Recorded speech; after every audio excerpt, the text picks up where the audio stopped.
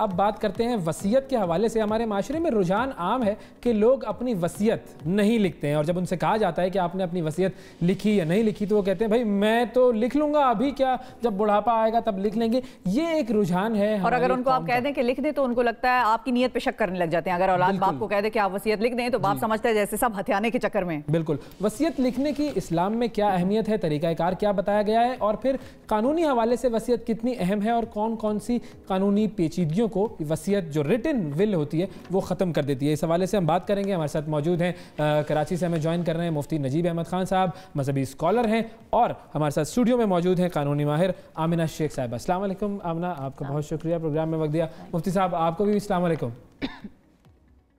وعلیکم السلام ورحمۃ اللہ وبرکاتہ. بہت شکریہ مفتی صاحب جوائن کرنے کا. سب سے پہلے تو آپ سے ہم یہی پوچھ لیتے ہیں کہ دین اسلام کیا کہتا ہے وصیت کے حوالے سے, کیا احکامات ہیں؟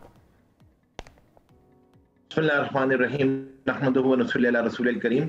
یہ آپ لوگوں نے بہت ہی ایک زندہ موضوع ہے معاشرے کا, کہ اس کی طرف سے ہمارے ہاں بہت زیادہ کوتاہی ہے. دیکھیں دین جو ہے نا وہ بنیادی طور پہ حقوق کی ادائیگی کا نام ہے. حقوق اور حدود کی پہچان ہی دین ہے. اللہ کا حق, اللہ کے رسول کا حق, اور بندوں کے حق. انسان تمام معاملات میں انسانی حقوق کی ادائیگی پہ بہت زور دیتا ہے. اسی لیے یہ کہا جاتا ہے کہ یہ آپ کے معاملات جو ہے نا یہ آپ کی عبادات کے پریزرویٹو ہیں. آپ کی عبادات پریزرو ہی آپ کے معاملات سے رہتی ہیں, معاملات کی ادائیگی میں. اس میں 3 باتیں ہیں جس کی طرف سے کوتاہی ہوتی ہے. ایک تو شریعت کا نظام میراث ہے, اور ایک اسی طریقے سے زندگی کے اندر چیزوں کا ہبہ کرنا ہے, اور تیسری بات وصیت ہے. ہمارا کیونکہ موضوع اس وقت وصیت ہے تو اسی کے پیش نظر رہیں گے. دیکھیں وصیت بنیادی طور پہ پہلے تو وصیت جو ہے فرض تھی, پھر جب آیات نازل ہو گئی میراث کی, یوصیکم اللہ فی اولادکم, تو اس کے بعد سے یہ وصیت فرض تو نہیں رہی, فرضیت کا حکم منسوخ ہو گیا. لیکن اگر آپ کے ذمے حقوق اللہ یا حقوق العباد ہیں, اللہ کے حق ہے یا بندے کا حق ہے, حق ذمے ہے, تو وصیت لکھنا واجب ہے. اگر حق نہیں ہے تب فضیلت ہے, باعث اجر ہے. عبداللہ ابن عمر رضی اللہ تعالیٰ عنہ فرماتے ہیں مجھے یاد ہی نہیں کہ میں نے کوئی 2 راتیں ایسی گزاری ہوں کہ میرے تکیے کے نیچے وصیت نہ لکھی ہوئی, وصیت لکھی ہوئی تیار ہو. اور حضور پاک صلی اللہ علیہ وسلم نے فضیلت بیان کی ہے ایسے شخص کی کہ جس کی وصیت پہ موت آئی تو وہ سنت پہ اس کی موت آئی, تقوی پہ موت آئی, شہادت پہ موت آئی, اور مغفرت کے ساتھ اس کی موت آئی. اب سوال یہ پیدا ہوتا ہے کہ وصیت جو ہے اور میراث میں کیا فرق ہے. دیکھیں ورثہ جو میراث جو ہے نا وہ تو شریعت کی طرف سے ڈیفائن ہے, ویل ڈیفائن لا ہے, اس کے اندر کوئی امینڈمنٹ نہیں کر سکتا. وصیت کی ایگزیکیوشن زندگی کے موت کے بعد ہوتی ہے, مرنے کے بعد. زندگی میں وصیت نہیں ہے, زندگی میں آپ گفٹ کر سکتے ہیں. اب وصیت کے اندر جو سب سے اہم بات ہے وہ آپ یہ, ایک تو وارثوں کے لیے وصیت نہیں ہو سکتی, جو آلریڈی وارث موجود ہیں آپ کے, جس کو شریعت نے وارث بنایا, ان کے لیے وصیت نہیں ہو سکتی. ایک بات تو یہ ہو گئی. دوسری بات یہ ہے کہ وصیت 1/3 سے زیادہ نہیں ہو سکتی. اگر آپ نے وصیت کرنی ہے تو 1/3 سے زیادہ نہیں ہو سکتی. صحیح. تو وصیت کن جگہوں پہ کیسے کرنی ہوگی, پرائرٹائز کیا کریں گے آپ, تو یاد رکھیے وصیت کے اندر سب سے پہلے آپ یہ دیکھیں گے کہ حقوق اللہ کی وصیت, اللہ کے حقوق کیا کیا ہیں. مثال کے طور پہ نمازیں, قضاء عمری ہے آپ کی, نمازوں کی قضا ہے, روزے کی قضا ہے جو فرائض تھے, زکوٰۃ الٹپ ادا کی تھی, آپ نے کبھی صحیح طریقے سے اس کی زکوٰۃ ادا نہیں کی, روزوں کی قضا ہے, حج فرض تھا لیکن حج ادا نہیں ہو سکا کسی وجہ سے, تو حج کی وصیت ہے. اب ان تمام فرائض کی جو ہے وہ آپ وصیت کریں گے. پھر اسی طریقے سے کوئی قربانی واجب تھی, صدقہ فطر واجب تھا, کفارہ کوئی نظر کا جو ہے وہ واجب تھا, سجدہ تلاوت جو ہے وہ ذمے میں تھے. تو اب یہ تمام کی تمام چیزیں, ظاہر سی بات ہے یہ تو انڈیویجولی نالج ہوتی ہے, ہر ایک کو تو نہیں پتا ہوتی کہ کیا ہے. تو فرمایا کہ بھائی اللہ کے حقوق ہیں, اس پہ یہاں پہ وصیت لکھو, تاکہ آپ اگر آپ کے بعد پیچھے والے اس کی ادائیگی کر سکیں اور اس کا فدیے کے ذریعے ادائیگی ہو سکے. اور دوسری اس سے زیادہ اہم چیز ہے حقوق العباد کی وصیت. میرے ذمہ کسی کا لینا دینا ہے, میرے ذمہ کسی کا قرض لیا ہوا ہے, اور خاص طور پہ یہ تاجر حضرات ہوتے ہیں, کوئی لین دین ہے, اور اگر میں نے جو ہے وہ کسی کا مہر ادا نہیں کیا ہے,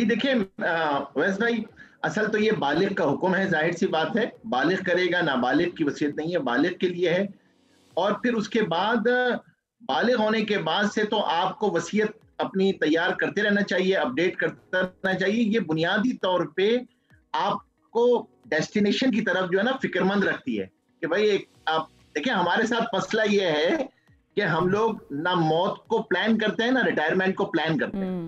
تو وصیت آپ کو ریمائنڈ کراتی ہے ہمیشہ کہ دیکھیں آپ جو ہے نا تیار رہیں. اب آپ اس کے اپڈیٹ کر رہا ہوتا ہے نا آدمی، تو بھائی کسی کا لین دین آ گیا، کسی کی امانت میرے پاس آ گئی، کسی کے پیپرز میرے پاس رکھے ہوئے ہیں، میں نے کہیں انویسٹمنٹ کی ہے، گھر والوں کو نہیں پتا ہے، بھائی لکھ دیں اس کے اندر.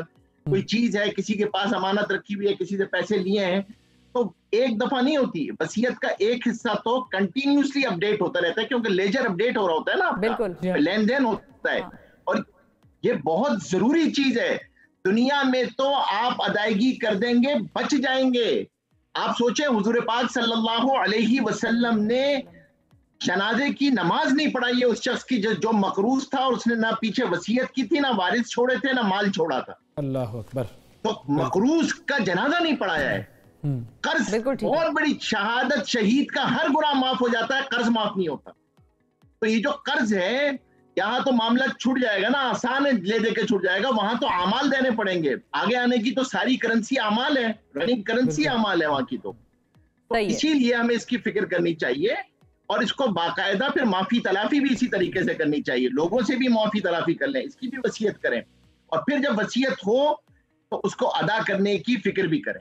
یعنی جو اس کے ورثہ ہیں، اگر والد نے وصیت کی تھی تو اس کا اہتمام کریں، کیونکہ اس کا بھی بہت بڑا اجر ہے. اور جیسے میراث کی ادائیگی کا حکم ہے، فرمایا جو وراثت میں رکاوٹ بنتا ہے اللہ اس کو جنت کی میراث سے محروم کر دیتا ہے. یہ تو بہت سخت وراثت ہو یا وصیت ہو، اس کا اہتمام کرنا چاہیے. صحیح. مفتی صاحب یہ بھی بتائیے کہ اگر کسی شخص کی اولاد نہیں ہے، یا اولاد ایک ہے یا پھر اولاد ہے ہی نہیں، اور اس نے وصیت بھی نہیں کی ہے، تو اس صورتحال میں پھر کیا ہوگا اس کا؟ دیکھیں اصل تو یہ ہوتا ہے کہ اولاد کے بعد تو یہ دیکھا جائے گا کہ جو اس کی اولاد کو وراثت کے اعتبار سے جو شریعت کا حکم ہے، قرآن کریم کی آیات ہیں، اس کے اعتبار سے دیکھا جائے گا.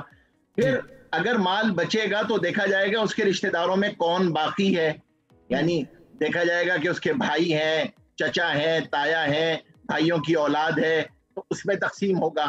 اور اگر خدا نخواستہ کوئی بھی نہ ہو تو پھر ریاست کو جاتا ہے، ورنہ بیت المال کو جائے گا. ورنہ تو باقاعدہ ایک فیملی ٹری پورا اویلیبل ہے، چیزیں اویلیبل ہیں. اسی لیے ہمارے استاد تو کہا کرتے تھے کہ بھائی زندگی کے اندر 1/3 کی وصیت ہو سکتی ہے، اللہ نے آپ کو اس کا مالک بنایا ہے، اس کی تو آپ کر دیں نا.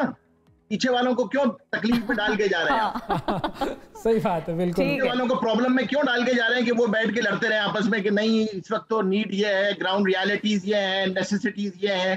بھائی ان کو تکلیف میں مت ڈالو، زندگی میں کر لو جو کر سکتے ہو. روزانہ جب آپ وصیت اپڈیٹ کریں گی نا تو یہ آپ کا بورڈنگ پاس ہے، روزانہ کا بورڈنگ پاس آپ کے سامنے رہے گا. بالکل صحیح ہے. یعنی کہ نیت بھی اللہ تعالیٰ کو پتہ لگتی رہے گی نا، کہ نیت صاف ہے بندے کی. وہ یہ پلان ضرور کر رہا ہے کہ قرض لیا ہے، واپس میں نے کرنا ہے، اب باقیوں سے کروا دینا ہے اگر میں مر گیا. بالکل. دیکھو میری بہن، اگر آپ یہ نیت ہم کر لیں گے، اللہ کا معاملہ تو بڑا آسان ہے. دین پروسیس اورینٹڈ ہے، ریزلٹ اورینٹڈ نہیں ہے. کوئی حفظ کرنا شروع کرتا ہے، انتقال ہو جائے، اللہ حافظوں میں اٹھائیں گے. احرام باندھ کے چلا، انتقال ہو گیا، اللہ حج کرنے والوں میں اٹھائیں گے. تو کوشش تو شروع کر دیں نا. بالکل صحیح. پڑھنا شروع کر دیں، ادائیگی شروع کر دیں، وصیت لکھنا شروع کر دیں، تاکہ پیچھے والوں کو تکلیف نہ ہو، پیچھے والے ورثہ کو الجھن میں، ایمبیگیوٹیز میں ڈال کے مت جائیں. بالکل. آمنہ صاحبہ آپ سے آخری سوال جو میرا ہے وہ یہ ہے کہ وہ زبانی وصیتیں بھی سامنے آتی ہوں گی آپ کی، قانونی طور پر ان کی کوئی حیثیت ہوتی ہے یا نہیں ہوتی ہے؟ اور دوسرا یہ کہ وصیت جو تبدیل کر دیتے ہیں لوگ، اس کے حوالے سے کچھ سزائیں ہیں ہمارے یہاں پر؟ جی دیکھیے، فورجری جو ہے وہ تو کسی بھی لیگل ڈاکیومنٹ کے ساتھ آپ کریں تو وہ مطلب it's a crime, it's a criminal act. لیکن یہ ہے کہ اس کو پروف کرنا اوبویسلی، کیونکہ ایشو یہ ہوتا ہے کہ جب جس نے وہ لکھا تھا اس کو اوتھینٹیکیٹ کرنے والا شخص اگر اس دنیا میں ہی نہیں ہے تو اس کو پروف کرنا یوزلی بہت مشکل ہو جاتا ہے. بیکاز